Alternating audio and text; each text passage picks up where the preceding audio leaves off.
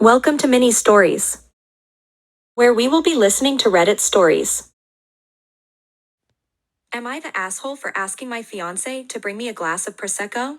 I 20s female and my fiancé 30s male were enjoying a Friday night wind down. Had dinner, yogurt, and were sitting down for TV. We're on season 7 of 24, my first time watching. I decide to paint my nails pink as we're going out tomorrow and seeing my family. They haven't seen us since we got engaged last month. I'm in a good mood and feeling happy. After painting one hand, I ask him if he fancies opening a bottle of prosecco tonight, well stocked post-engagement. He says yes. I ask him if he could bring me a glass too, please. That's where the argument began. No shouting, stomping, etc.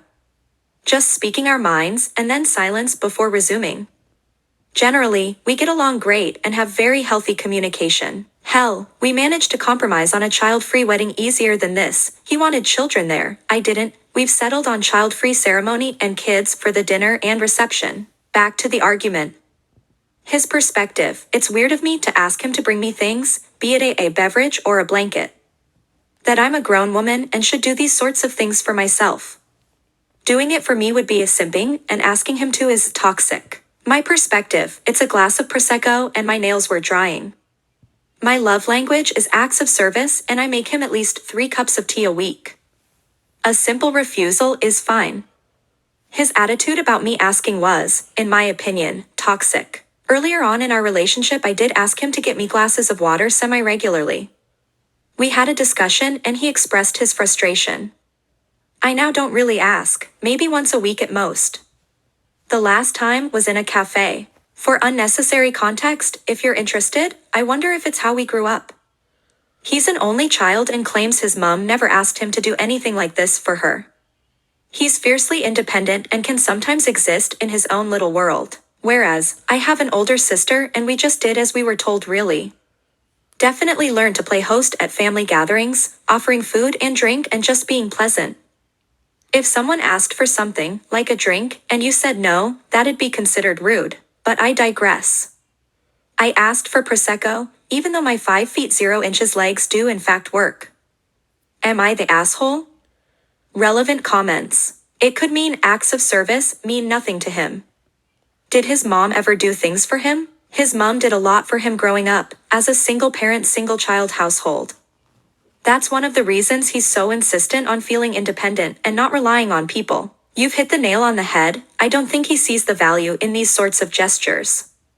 Also, the acts of service is part of the 5 love languages, not my creation there.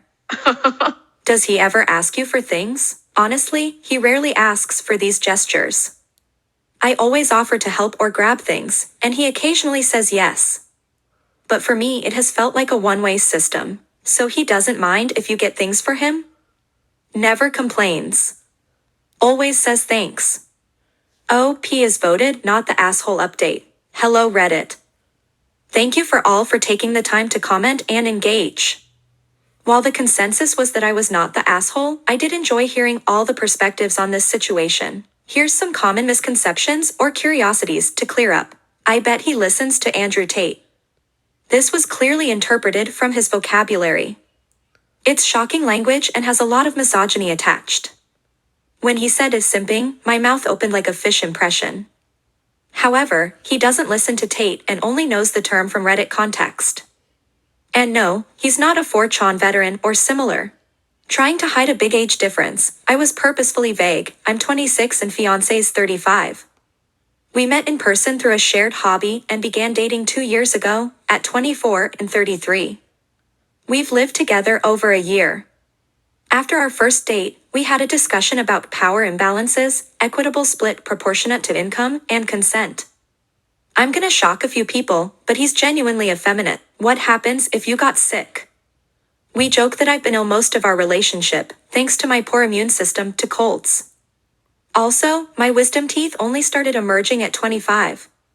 When they began coming through, it was excruciating. 10 out of 10 do not recommend, and he ran out to the shops before work to get me numbing liquid and has been an ongoing support when I've had flare-ups. I also took care of him post-wisdom teeth removal, so it flows both ways. Don't make him a tea and how he'd react. I know how he'd react. He wouldn't notice or care. In fact, I've recently discovered that he enjoys making himself teas, as a break from his activity to stand up and move around. So maybe I'll stop, not to teach him a lesson, but to give him gestures that he'll value instead. So, flashback to last night. Some wanted more detail on the actual exchange. I did ask him in a very round the houses way. I guess because after our Watergate, he's been very reluctant to say yes to any requests I make, no matter how infrequent or simple. During our argument, I asked if how I asked would have changed his response, to which he said no. When I realized we were getting nowhere, I went to the bathroom and removed my nail varnish.